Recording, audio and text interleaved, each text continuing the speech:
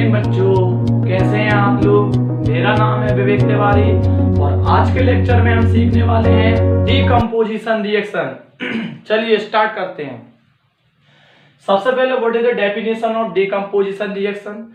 Decomposition reaction की definition होती है a reaction in which a single reactant break down two or more than two substances is known as decomposition reaction. तो इसमें क्या होता है बच्चों, जो सिंगल सब्सटेंस होता है वो ब्रेक डाउन होता है दो या दो से ज्यादा सब्सटेंसेस में, इसको हम बोलते हैं डीकम्पोजिशन रिएक्शन। अब एक और इंपॉर्टेंट पॉइंट यहां पर मैंने मेंशन किया है, it is opposite to combination reaction. जो हमने फर्स्ट लेक्चर में कॉम्बिनेशन रिएक्शन करी थी वो इसके बिल्कुल अपोजिट है। Means decomposition reaction is the opposite of combination reaction. कैसे? जैसे कि हमने देखा था कॉम्बिनेशन रिएक्शन में कोई दो सब्सटेंस कंबाइन हो रहे थे और एक प्रोडक्ट मिल रहा था, लेकिन यहां पर जस्ट अपोजिट हो रहा है, एक सब्सटेंस ब्रेक हो रहा है और दो प्रोडक्ट हमें यहां पर मिल रहे हैं। तो ये इन दोनों के बीच में डिफरेंस है। यहां पर एक क्वेश्चन आएगा कि what is the difference between combination reaction and decomposition reaction, right example of each. तो आपको इसकी डेफिनेशन लिखनी है और कॉम्बिनेशन रिएक्शन की डेफिनेशन लिखनी है और दोनों के एक एक एग्जांपल लिखने हैं। ठीक है बच्चों, चलिए देखते हैं। अब एक और रिएक्शन है, इसी के अंडर में आती है डीकम्पोजिशन रिएक्शन के, तो एंडोथर्मिक रिएक्शन। एंडोथर्मिक रिएक्शन क्या होती है? A reaction in which heat is absorbed are known as endothermic reaction. ऐसे सब्सटेंस जो हीट को एब्जॉर्ब होकर ब्रेक डाउन होते हैं उन्हें हम एंडोथर्मिक रिएक्शन कहते हैं। समझ आ रहा है ना बच्चों? आ रहा है ना? हाँ ठीक है। तो एंडोथर्मिक रिएक्शन हम किसे बोलेंगे? ऐसी रिएक्शन जिसमें हीट एब्जॉर्ब होती है, जिसमें हीट एब्जॉर्ब होती है। तो जैसे कि हम सिंपल देखें, मान लीजिए मैं पानी को गर्म कर रहा हूं, तो पानी को जब मैं गर्म करूंगा तो पानी क्या करेगा? हीट को एब्जॉर्ब करेगा, वाटर करेगा या नहीं करेगा? तभी तो ब्रेक डाउन होगा हाइड्रोजन एंड ऑक्सीजन में। चलो भाई देखते हैं जरा। इसके बाद में all decomposition reaction are endothermic reaction. ऐसा देखा जाता है जो भी डीकम्पोजिशन रिएक्शंस होती हैं वो एंडोथर्मिक रिएक्शन होती हैं, क्योंकि वो हीट एब्जॉर्ब करती हैं। चलिए भाई देखते हैं पहला एग्जांपल। पहला एग्जांपल बच्चों सिंपल है, मैंने आप लोगों के लिए बताया था कि when calcium carbonate heated as a strongly then calcium oxide and carbon dioxide gas will be formed. Okay, जब हमने कैल्शियम कार्बोनेट को बहुत तेजी से गर्म करा था तो वहां से कैल्शियम ऑक्साइड मेड हुआ और कार्बन डाइऑक्साइड गैस रिलीज हो गई। तो ये डीकम्पोजिशन रिएक्शन है बच्चों, क्योंकि कैल्शियम कार्बोनेट को गर्म करने पर दो प्रोडक्ट हमें यहां पर मिल रहे हैं। ठीक है, तो ये हमारी भाई डीकम्पोजिशन रिएक्शन का एग्जांपल हो गया। चलिए नेक्स्ट देखते हैं अपन। When we heated ferrous sulphate. बच्चे फेरस सल्फेट में बहुत कंफ्यूज होते हैं, सर ये फेरस और फेरिक। तो आपको जस्ट सिंपल याद रखना है, फेरस मतलब Fe पर 2+ आयन और सल्फेट SO4 पर 2- आयन। आज जब नंबर ऑफ आयन सेम हो तो ये कैंसिल हो जाएंगे, तो ये बनेगा FeSO4, इसको बोलते हैं फेरस सल्फेट। और फेरिक का मीन्स आएगा बच्चों Fe पर 3+ आयन और ऑक्साइड पर 2- आयन, तो आयन से एक्सचेंज हो जाएंगे, तो ये बन जाएगा Fe2O3। ये जो फेरिक ऑक्साइड हम फॉर्मूला बोलते हैं, ये रस्टिंग का फॉर्मूला होता है। किसका फॉर्मूला होता है? Rusting of iron. Rusting of iron मतलब लोहे में जंग लगना। चलिए देखते हैं भाई जरा। तो when we heated ferrous sulphate then ferric oxide, sulphur dioxide and sulphur trioxide gas will be form. ठीक है भाई, चलो इसको हम बैलेंस कर लेते हैं फटाफट। तो इस रिएक्शन को बैलेंस करने के लिए मैं आपको बताऊंगा। चलो भाई पहले तो एक आयरन यहाँ पर एटम है, एटम आइडेंटिफाई कर लें अपन। दूसरा सल्फर रहेगा और तीसरा बच्चों क्या है? ऑक्सीजन है।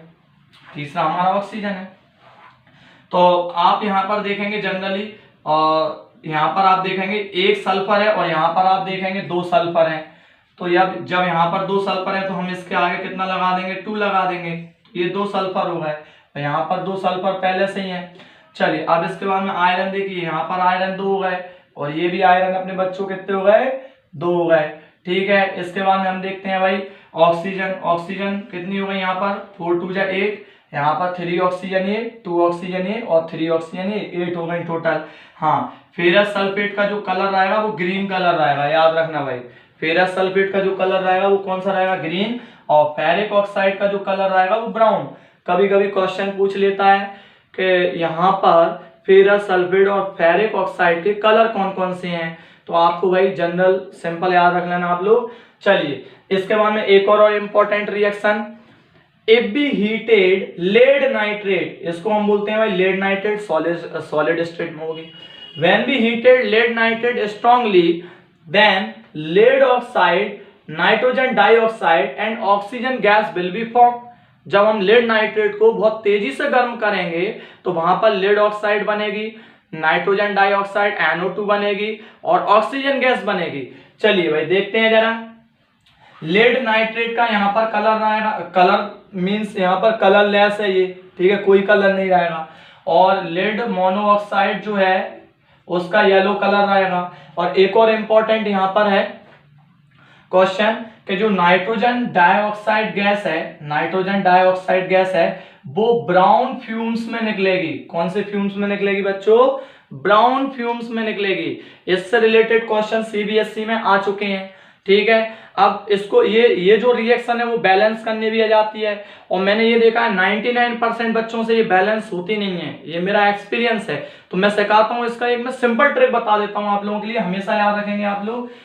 आपको जनरली यहाँ पर क्या करना है इस रिएक्शन में, देखिए एक तो हमारे पास में लेड है, दूसरा हमारे पास में नाइट्रोजन है और तीसरा हमारे पास में ऑक्सीजन है। 3 एटम है LHS में मेरे पास में। आप इसमें नाइट्रोजन को 4 बना लीजिए, आप इसमें नाइट्रोजन को 4 बना लीजिए। चलो भाई बनाते हैं। तो यहां पर नाइट्रोजन मेरे पास में 1 है तो मैं इसको 4 बना लूं, ये बना ली। और यहां पर मेरे पास में नाइट्रोजन 2 है तो यहां पर मैं 2 लगा दूं। तो सबको पता है भाई 2 2 जब 4 होता है, ठीक है, तो यहाँ पर नाइट्रोजन 4 हो गई। अब इसके बाद में देखिए लेड यहाँ पर कितने हो गए, 2 हो गए और यहाँ पर लेड कितना है 1, तो यहाँ पर भी मैं बच्चों कितना लगा दूंगा, 2 लगा दूंगा। ठीक है, तो ये लेड भी 2 हो गए। चलो अब ऑक्सीजन की बैलेंस और देख लेते हैं, यहाँ पर कितनी है ऑक्सीजन का LHS और RHS में नंबर कितना है, चलो भाई देख लेते हैं। तो 3 2 6 और 6 2 12, तो 12 ऑक्सीजन हमारे LHS में है। चलो RHS में देखिए 2 ऑक्सीजन, 4 2 8 10 और 2 ये, तो कितने हो गए बच्चों 12। आपको इस रिएक्शन में क्या याद रखना है कि जो नाइट्रोजन है वो LHS में भी 4 होंगे और RHS में भी 4 होंगे। थोड़ा सा याद रख लीजिए भाई, इजीली बैलेंस हो जाएगी, नहीं तो कहीं ना कहीं फंस जाओगे। ठीक है, टाइम लगेगा। चलिए अब हम इसके बाद में देखेंगे, right 1 example of each decomposition reaction where energy is supplied in the form of light, electricity and heat। चलो भाई ये क्वेश्चन है NCERT का, ये सिंपल क्वेश्चन है, कर लेते हैं जल्दी से। Right 1 example of each, 1 example of each decomposition reaction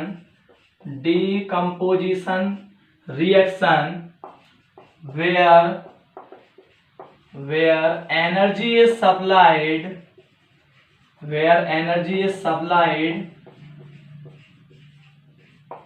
in the form, where is energy supplied in the form of light, heat and electricity। और इनके हमें एक एक एग्जाम्पल भी बताने हैं। चलिए कर लेते हैं भाई। सबसे पहला होता है इसका इलेक्ट्रोलाइसिस। बच्चों इलेक्ट्रोलाइसिस का मतलब होता है विच इज पॉसिबल